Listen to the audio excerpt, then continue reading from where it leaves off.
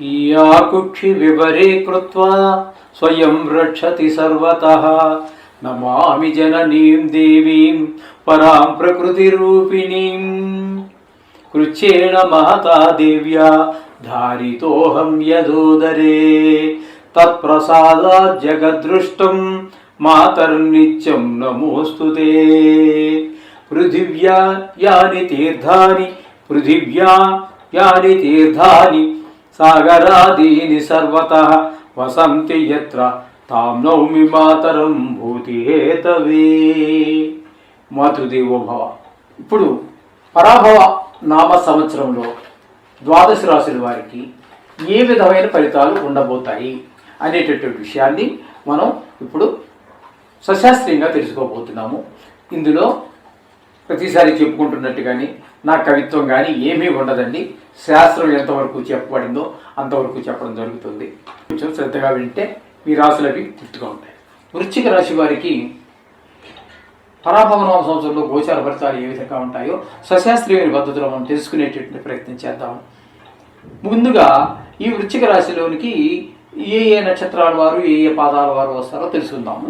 ఇక్కడ విశాఖ నక్షత్రం 4వ పాదం వారు, అనురాధ నక్షత్రం 1, 2, 3, 4 పాదాల వారు, జ్యేష్ఠ నక్షత్రం 1, 2, 3, 4 పాదాల వారు, మొత్తం 9 పాదాలు 3 నక్షత్రాల వారు ఈ వృశ్చిక రాశిలోనికి చెందిన వారు అవుతారు. కాబట్టి ఈ రాశి వారికి గురుడు 31వ తారీఖు మే నెల 2026 వరకు మిథున రాశి యందు సంచారం చేస్తున్నారు. తదుపరి కర్కాటకంలో ప్రవేశిస్తూ ఉన్నారు.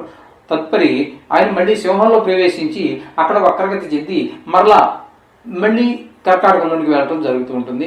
అయితే ఈ కర్కాటక రాశి యందు రజితమూర్తిగా ఉన్నారు కాబట్టి ఈయన కర్కాటకంలో ఉన్నప్పుడు ఆ సమయంలో చాలా మంచి ఫలితాలను వీరు అందజేస్తూ ఉన్నారు వృశ్చిక రాశి వారికి. అలాగే శని భగవాన్ని తీసుకున్నట్లయితే ఈ సంవత్సరం అంతా కూడా పంచమ స్థానంలో మీనరాశి యందు రజితమూర్తిగా ఉన్నారు. 5వ స్థానంలో నిజానికి అంత యోగించజాలరు, కానీ అంత దుష్ప్రభావం చూపించరు రజితమూర్తిగా ఉన్న కారణంగా. ఇక రాహుని కనుక మనం తీసుకున్నట్టయితే సంవత్సరాది లగాయతు కుంభరాశి యందు, తదుపరి 5/12/2026 లగాయతు తృతీయ స్థానం అయినటువంటి మకర రాశిలోనికి ప్రవేశిస్తూ ఉన్నారు. ఇక కేతువుని తీసుకున్నట్టయితే సంవత్సరాది లగాయతు సింహరాశి యందు, తదుపరి 5/12/2026 లగాయతు భాగ్యస్థానంలోను భాగ్యస్థానం అయినటువంటి కర్కాటక రాశిలో రజితమూర్తిగా సంచరిస్తున్నారు. ఈయన కూడా రజితమూర్తిగా సంచరిస్తున్నారు కాబట్టి అంత దుష్ప్రభావం కొంత తగ్గుతుంది అని గమనించుకోవాలి మనం. మొత్తంగా ఈ రాశి వారికి చూసినట్టయితే అన్ని విధాలా కూడా యోగదాయకంగానే కనిపిస్తున్నది. 2-3 రకాలుగా ధనాదాయం చేతికి అందేటువంటి అవకాశం ఉంది. స్థిరాస్తిని అభివృద్ధి చేసుకునే అవకాశం కూడా ఉన్నది వీరికి. అలాగే నూతన వ్యక్తులతో పరిచయం ఇవన్నీ కూడా వీరికి మంచి అవకాశాన్ని కలిగిస్తూ ఉంటాయి. ఇక విద్యార్థులకి కనుక చూసుకున్నట్టయితే పరీక్షల్లో తప్పకుండా పాస్ అవుతారు వీరు. అలాగే ర్యాంకులు, ఉన్నత విద్యలు, రీసెర్చ్ చేయడానికి విదేశాలకు వెళ్ళేటువంటి అవకాశం కూడా గోచరిస్తూ ఉన్నది. ఉద్యోగస్తులకి ప్రమోషన్తో కూడినటువంటి ట్రాన్స్ఫర్ రావడం అనేది చాలా ఒక అదృష్టం. ఈ విధంగా వచ్చే అవకాశాలు ఉన్నాయి. వ్యవసాయదారులకి పంటలు బాగా పండుతాయి. పంట తోటలు, మెట్ట పంటలు కూడా బాగా లాభిస్తాయి. తద్వారా రుణాలు చాలా వరకు తీర్చేయగలుగుతారు. ఈ విధమైన పరిస్థితి రైతులకు ఉన్నది. వ్యాపారస్తులు కనుక తీసుకున్నట్టయితే పరిశ్రమల వారికి కూడా అన్ని విధాలుగా బాగుంది. వృత్తి వ్యాపారాల్లో బాగా లాభించి రాణిస్తారు, ధనాదాయం బాగా పెంచుకుంటారు. ఇక టీవీ రంగంలో ఉన్నటువంటి వారికి, సినిమా రంగంలో ఉన్నటువంటి వారికి, గాయకులకి ప్రోత్సాహకరంగా ఉంటుంది.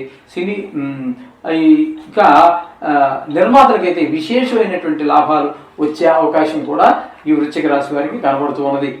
ఇక రాజకీయ నాయకులకు ప్రజల్లో మంచి గుర్తింపు ఉంటుంది. గౌరవాభిమానాలు పలుకుబడి పెరుగుతాయి. ప్రజా సమస్యలను యుక్తిగా పరిష్కరించుకోగలుగుతారు. ఈ రాశి స్త్రీలకు వివాహం జరగవలసిన వారికి కొంత శ్రమ పడినా అనుకూలమైనటువంటి సంబంధాలు కుదురుతాయి. విదేశీ ప్రయాణాలు కూడా సఫలీకృతం అవుతూ ఉంటాయి.